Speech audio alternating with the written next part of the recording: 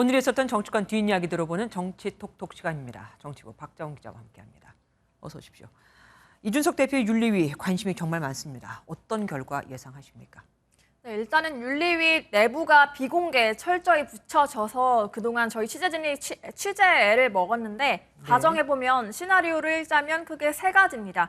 먼저 아무 징계도 안 받는 경우인데요. 경찰 수사가 아직 끝나지 않았고 성상납 의혹에 대한 명확한 증거가 없기 때문에 징계가 성립하지 않는다는 게 이 대표 측 입장입니다. 네. 하지만 저희 취재진과 한 중진 의원과 통화해서 윤리위가 근거에 따라 법률적 판단을 하는 기구가 아니다라는 의견이 있었습니다. 그러니까 도덕적인 판단한다 이거죠? 네. 또 두 번째는 경징계, 경고인데요. 정치적 부담은 덜 수 있지만 중징계가 될 거라는 전망이 많았던 만큼 경징계로 끝나면 사실상 이 대표의 판정승으로도 볼 수 있습니다. 또 마지막은 중징계인 당원권 정지 이상의 징계입니다. 1개월에서 최대 3년까지 내려줄 수 있는데 이 기간이 얼마냐에 따라서 복잡한 상황이 벌어지게 되는데요. 한 달이라도 대표직 사퇴 압박이 나올 수 있고 또 3개월 정도면 당원 당규상 사실상 대표직을 내려놔야 된다는 전망이 나옵니다. 국민의힘 내부 분위기는 어떻던가요? 네, 내부에서 여러 의원들의 의견을 물어보니 징계 수위를 결정질 핵심이 성상납 의혹이든 또 증거인멸 교사가 의혹이 됐든 증거가 있냐 없냐인데요. 성상납을 제공한 의혹을 받는 아이카이스트 측은 당시 이 대표가 이 대가로 제공했다고 하는 박근혜식의 사진을 윤리위와 경찰에 제출했죠.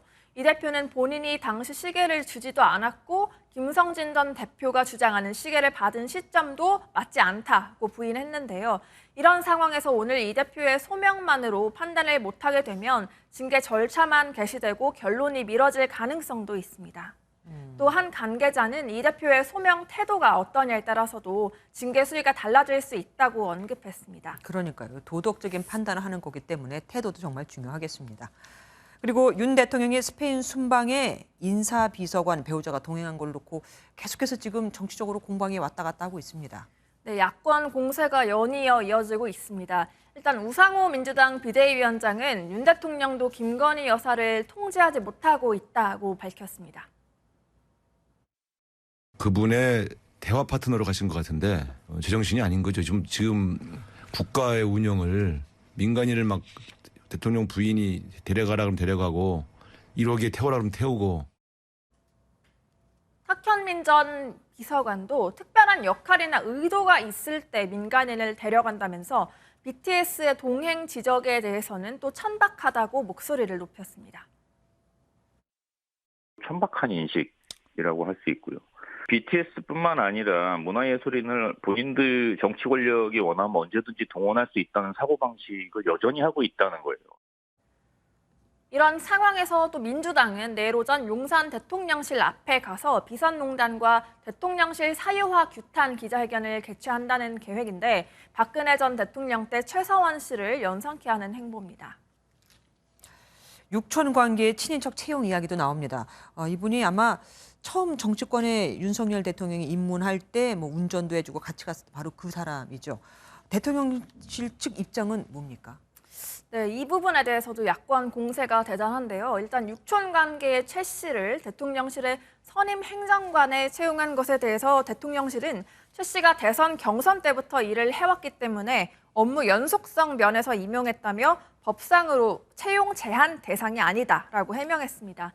인척이라고 배제하면 오히려 차별이라는 건데 이부속실 부활 논란도 나오자 대통령실은 만들지 않겠다는 입장을 다시 한번 냈고 또 지금도 김 여사에 대한 지원이 충분히 이루어지고 있다고 강조했습니다. 네.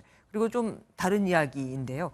청와대 앞에 윤 대통령과 김건희 여사 등신대가 등장을 했다고 하는데 이걸 누가 설치한 겁니까?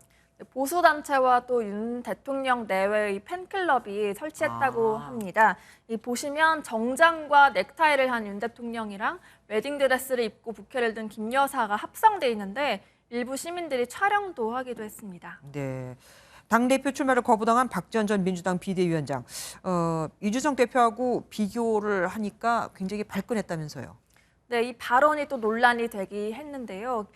어떻게 나온 배경이냐면 김남국 의원이 박지원 전 비대위원장이 본인급을 김동연 지사나 이준석 대표급으로 오해한다고 하는데 어떻게 생각하냐는 질문에 발끈한 겁니다. 저는 이 정치권 안에 들어와서 예. 이 급이라는 말이 너무 싫더라고요. 언론에서의 마이크 파워나 이제 유명세로 따진다면 제가 그 두 분께는 뒤지지 않는다고 생각합니다. 특히 이준석 대표와의 비교를 두고서 성상납 의혹을 받는 이보다 못한 존재로 비하한 건 망언이라고 공세 수위를 높였는데요. 또 이재명 의원에 대해선 저를 장식품으로 앉혀놓은 것 아니냐며 대놓고 저격하기도 했습니다. 본인 입으로도 토사구팽이라는 말을 하더라고요. 여기까지 듣겠습니다. 박정 기자와 함께했습니다.